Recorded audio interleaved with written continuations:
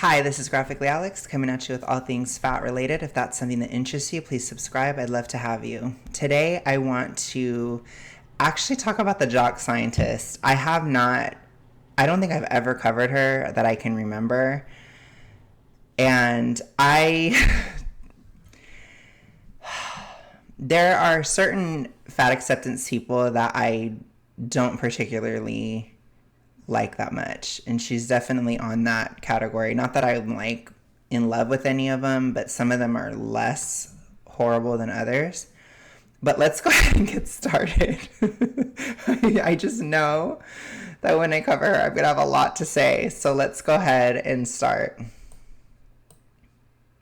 Disordered eating masquerading as health crusaders. I've said it before, and I will say it again and again and again, and the research continues to support this, but the minute that you begin uncoupling exercise and nutrition from how it will change your appearance is the minute that that habit actually becomes sustainable. And that's not... Okay, so I don't know where she's on this crusade about this.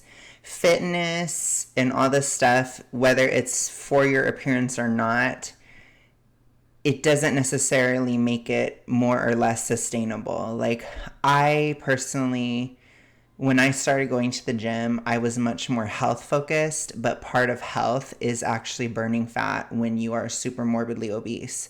So it very much went hand in hand. I think she's talking a lot more about people that are relatively thin, people that are probably, less than, I don't know, less than 30 pounds overweight maybe, or something like that. Like, when you're like 200 pounds overweight, it's very different. So I do agree that you can't completely focus on appearance because you won't see appearance changes. What does matter though is strength, conditioning, ability to walk, right? These types of things are very important. And part of that is actually the fat burning as well from the gym. So I've been able to sustain it. I did have to keep seasons in mind at first. It is harder in the winter. Like, people have less energy, especially the super morbidly obese. So it was tough. I had to take a break. But then I went back and I was fine. And I've been fine pretty much since March. So I don't think sustainability is necessarily related to if it's changing your appearance or not, or if you're doing it for weight loss or not. I think that that's like a false connection that she's making here. Being anti-weight loss or anti-health or whatever dumb shit someone is going to willfully misinterpret my message as. When you start shifting your approach to exercise and nutrition as how is this making me feel instead of how is this making me look, suddenly it doesn't feel like punishment anymore. Because now you're bringing this organ into the picture. And this is, in fact, part of being healthy. And despite what the diet industry loves to say, your mental health does not get fixed in a gym or a mirror. And in fact, if... Okay, so you don't have to... I'm trying to think of what I was trying to say. You don't have to focus on those aspects as much. Like, I get what she's saying about it's in your head, but part of the gym is actually not thinking as much. Part of the gym is actually allowing your mind to take a rest while you're at the gym. So it's like, I understand, but I think she's also trying to come after her detractors and say that she's against weight loss or she's against health or whatever. It's not so much that, in my opinion. It's just that the connection between the two, like between caring about your appearance and sustainability, those two things are not actually connected. So it's kind of just like a false pretense completely. So the whole argument is dumb from the ground up. And that's what I've noticed a lot of the Jock scientist. A lot of her TikToks, she starts with these like presumptions that people don't necessarily agree with. So like, she thinks because she views something a certain way that everybody views it that way. And she thinks that because what she believes is true, so her presupposition is true, then what follows is true. But she already lost me from the very beginning. And she lost a lot of other people as well. Your mental health is deteriorating because of the gym, Okay, let me because go of back the a bit. mirror. And in fact, if your mental health is deteriorating because of the gym, because of the appearance, because of food, you're not healthy. Okay, so this is actually false. So I have talked a lot on this channel, ad nauseum even, probably for some people, but part of losing weight, there are certain hormonal factors that come in that do make you feel more depressed when you're losing weight. It's actually very normal to feel that way. Does that mean that I'm less healthy because I feel more depressed? Absolutely not. I'm much healthier. I look much better. And I don't just mean like because I've lost weight, like I can see it in my face from how I looked 2 years ago. I can see it from each 10-pound weight loss update that I'm posting, how differently I look. I look healthier with each moment. And so part of health from a very, very big size is dealing with some of the side effects of weight loss, like vertigo, mental health issues, these types of things. So I agree that it has to be to a tolerable level, but to say that you must feel completely good all the time, that's not true. Or that if you don't feel completely good all the time that you're unhealthy, that is completely false. And I think that that also shows probably why her weight ballooned back up, and because she has this belief. She thinks that you should never have any pain or any side effects or anything ever, which is just not true. And the fact is, when you are at a bigger size, you will naturally have side effects and pain and all this stuff just being a bigger size. So that's another thing that many fat acceptance activists do. They act as if that doesn't matter, or that just because it may feel worse in the short term, it's unhealthy completely. That's not true. Now, if it's completely horrible, then you do have to make a measured decision. There have been times when I couldn't lose weight because doing a deficit and going to the gym was way too hard. So there are moments where it will be way too hard. But there are also moments where it will be easier. And there are other steps to take, like getting rid of seed oils and stuff, even before a deficit. Getting off of that for like 6 months, it can put you in a totally different physical reality compared to trying to do it immediately. And I'm talking more in terms of hunger response and energy.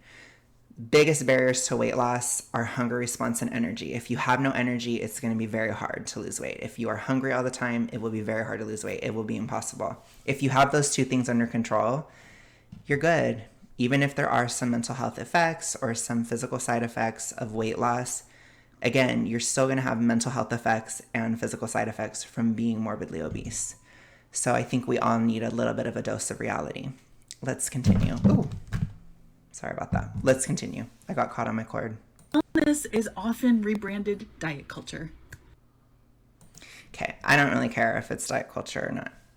If it's healthy and actually gets you to be able to survive longer, or be able to walk up a flight of stairs, or be able to live your full life expectancy, you know, this type of stuff, or do other things in life, like have decent relationships, not have these other mental health effects like paranoia, feeling like everybody hates you, or, you know, having less barriers to things like sex and this kind of stuff, I think that that would be a lot better. Being able to have children if you want that, or be able to work enough hours to buy a house, or just do certain things in your life. I think that's really what matters. I don't care if it's diet culture or not. Let's continue. Your fault. I know. No, Stewie. And that's not talked about enough in the conversation around weight loss or gain is how differently everybody is going to treat you if your body changes. My personal experience here is that I've been about 100 pounds heavier than I am right now, and about 70 pounds lighter. The way that I was treated 100 pounds heavier at a size 26, if you've never been over like a size 12 or large, it would send you into a fucking coma. The acceptable inhumane treatment of me from professionals, friends, family, coworkers, complete strangers, all because of just my body size. And I lost weight and a switch got flipped because suddenly everybody was kind and warm and inviting, even people that I thought loved me for me. Total shift in how they approached me. They say things like, you're so much more confident now, you're so hardworking, you're so dedicated. No, I was always those things. You only saw it when I lost weight. Okay. So I think that it's really important to acknowledge, and this is something that I've had to acknowledge myself. I've done multiple weight loss attempts throughout the years, but your mental health does shift throughout weight shifts.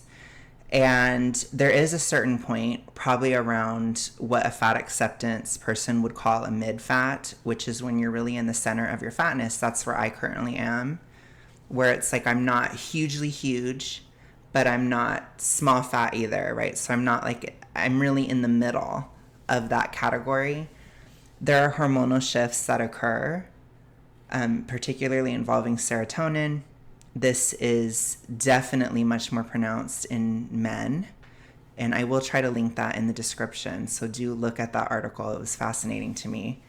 But when you are what's scientists called moderately obese, your serotonin receptors there's actually more of them than if you're severely obese or thin. And that can affect your perception of things. You might view things a little darker. You might look at other people's intentions and see things differently. You might just have a colored version of reality. So when she says this to me, as somebody who is going through or has been through what I've coined the hypohaze, which is when you're very hypothyroid, you don't see things clearly.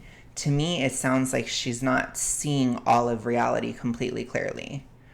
It's not so much that everybody constantly treated you like crap all the time, and then everybody treated you amazingly after you lost weight. Like, do you see how black and white that is? That's a little bit too much for me to believe.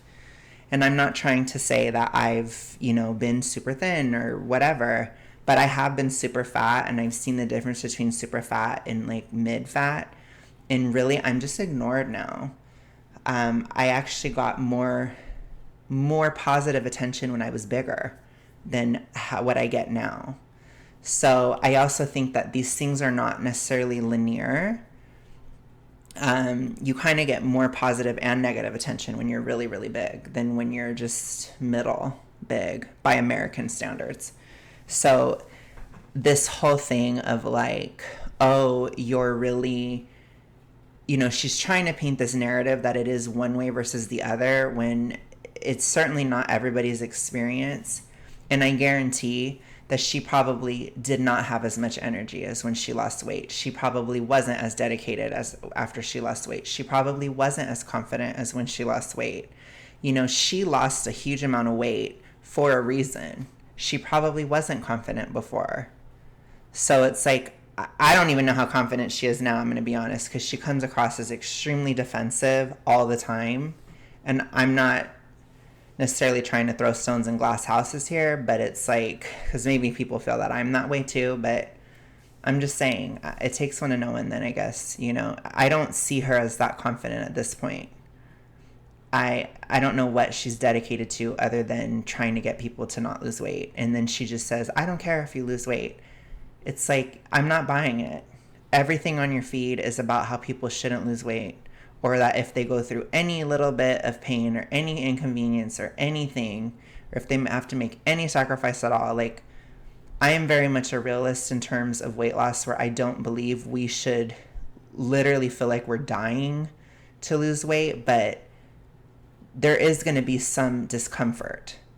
Something like the positional vertigo I have, that is a known symptom of weight loss. There's things that you're going to have to deal with so that you can get healthier. Like, I don't have my sleep apnea anymore. That's more important. Like, really be honest with yourself about what your circumstances are currently, what they will be when you lose weight, when you're losing it, and what it will be after. And I think she's just a part of clouding all this, which is why I don't like her. I don't like her. She's adding more confusion to an issue that's already very clouded and already extremely confusing for most people, especially the severely obese. Mindfuck that takes years of therapy to undo. I don't think it should take that long to undo. I think you have to kind of let things go a little bit. I know that they don't ever like anybody to say that at all, but it's a bit much. Like, honestly, everybody's been through stuff. Everybody's been treated badly.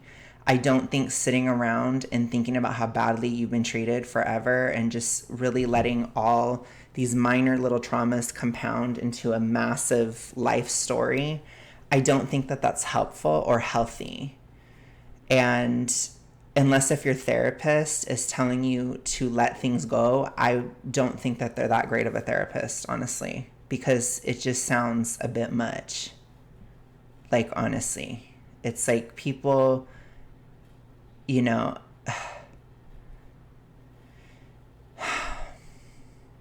there's a lot worse things going on. There's a lot worse things than somebody making a comment about your body. Like, I'm sorry. I'm sorry. I'm sorry if that hurts you to hear, but it's just, you gotta let some stuff roll off your back a little. A little. I'm not saying everything, but something like that, yes. Without it, you're going to get trapped in a cycle that your body size determines your worth, determines your forward cycle that your body. You're going to get trapped in a cycle of therapy to undo. Because without it, you're going to get trapped in a cycle that your body size determines your worth, determines your forward momentum, and that's not fucking true. Okay, so she's making an assumption here because that's the way she thinks that everybody's going to think.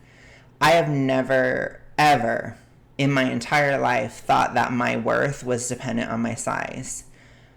I've said it many times on this channel, I am not a people pleaser. I've had to actually learn to be more of one, which I know is like super against like American culture. But as I've gotten older, I've had to learn to be more of a people pleaser because I'm not one at all. And life requires balance, right? So I've had to learn to be more of a people pleaser. So I never had a fear of my worth being determined by this. Like, no. Do I care about certain goals and numbers? Absolutely. But it's completely intrinsically motivated. Like, I don't really care that much about what other people think. I care more about what the numbers symbolize, which for me symbolize a longer life, healthier, a chance of these side effects going away, a chance of these other issues I have starting to clear up so I can just live my life. You know, I understand that in the fat acceptance world, they never acknowledge any health effects of being overweight, and they never acknowledge anything like that. I think it's horrible. I think it's cruel to encourage other severely obese people. It's cruel to pressure them to think that there's nothing they can do about the way that they feel when there are things you can do. You can lose weight, you can get your thyroid hormone in order, you know, you can kind of work on your body in many different ways. Even having more muscle mass will help your symptoms of obesity. There's so many ways to help these symptoms, and you have to just like do something about it. And she spends her whole shtick discouraging people from doing that. And it honestly makes me sick. It makes me sick. She hits all the points I hate the most about fat acceptance, just like her fake compassion. I can't stand that. She very clearly is not for body positivity, nor is anybody who has left a dumbass comment like this on that video. You can't say you're for a social movement and then add but to that statement. It immediately negates whatever you... Okay, girl, do you really need to have gum? I'm just saying. It's annoying, but let me go back. Sorry, it was distracting me. Movement and then add but to that statement. It immediately negates whatever you just said, because you're either for the movement or you're not, period. And okay, then I'm not, period. Clearly not. Why would anybody be for that movement if it means you have to be for all these health issues and people destroying their lives, succumbing to addiction and BED? Why would I ever support a movement like that? Why would any of you ever support a movement like that? If you do, you should be ashamed. To be fucking frank with y'all, do you know how exhausting it is to wake up hating your body every single day? Do you know how exhausting it is to wake up with severe hypothyroidism every single day? To deal with shortness of breath, coughing, to deal with swelling, to deal with exhaustion, depression, anxiety, paranoia. Do you realize how difficult it is to wake up every day and live in a flight or fight response all the time? Do you realize how difficult it is to not be able to fit in your car? Do you realize how difficult it is to get up and not be able and feel like crap because you can't sleep because you have sleep apnea? Do you realize how horrible it feels to put hundreds of pounds of extra weight on your bones, on your ankles, your knees? Do you realize how awful it feels to walk when you're carrying all that weight and how difficult it is to go uphill? Do you realize how horrible it feels to not be able to move forward in life because you're too busy worrying about your health problems? So you can't work as many hours, get relationships going, maintain relationships well. You can't accomplish any of your goals, so you see other people accomplishing things that you're not. Do you realize how horrible all of that feels? Because I can assure you it's much worse than hating your body. Absolutely worse. I know that's something that straight-sized people can at least partially identify with because ridiculous beauty standards. I know what I said is something you can understand because you lost you've maintained an 100-pound loss. So don't even play. There's a reason you lost that weight, and I guarantee you it was not just for social acceptance. You're full of shit. Have told us we need to hate some feature about ourselves in some capacity. That feeling is amplified significantly when you're fat. Because when you're fat, every single person feels entitled to comment about it, including those who are supposed to love. Including you. Let's keep it 100. You do not allow people to just live their lives. This movement does not allow people to just live their lives. Don't give this false dilemma or whatever. Don't give a false choice. You comment on what everybody does all the time. You are so bitter and angry at people who are fit. I have seen it. And it's because you couldn't sustain it. And there's probably reasons for that. But you would never explore that because you're just always right about everything, clearly. You, like your friends and your family, because they're just concerned for your health. Never once considering the mental toll that... Is it worse to be concerned for somebody's health, or is it worse to have no concern for somebody else's health at all? I mean, I find it very interesting, especially given the context of the last few years. But whatever, I digress. Takes to have your body talked about constantly. I want y'all to hear me loud and clear on this part. Health is not moral. Okay, then why did y'all act like that over the panorama over the last few years? I mean, the inconsistency, and I don't know that she was that way, but I know many of her cohort were that way. So I don't really want to hear health is not moral, blah, blah, blah. It's like y'all are still a part of all that. So don't, at least I haven't seen enough distancing from that kind of stuff, but they would never, because they're not honest. They don't care about, they don't have any principles at all. They just don't. So it's like, I don't know. I do think health is relatively moral. It depends on what your religious belief is.